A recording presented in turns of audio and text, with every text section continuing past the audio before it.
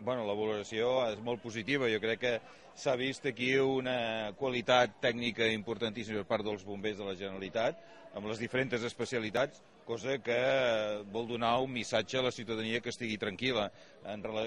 Si per desgràcia ha de patir un accident de trànsit amb la necessitat de l'arribada dels bombers, sap que hi ha uns excel·lents especialistes que són capaços en pocs minuts de salvar i de salvar la vida a poques persones, a moltes persones. Això sembla que sigui un divertiment aquí, però darrere d'això hi ha quantitat d'hores, moltes hores d'entrenament, moltes hores de professionalitat, per tal amb un únic objectiu, és salvar la vida de les persones.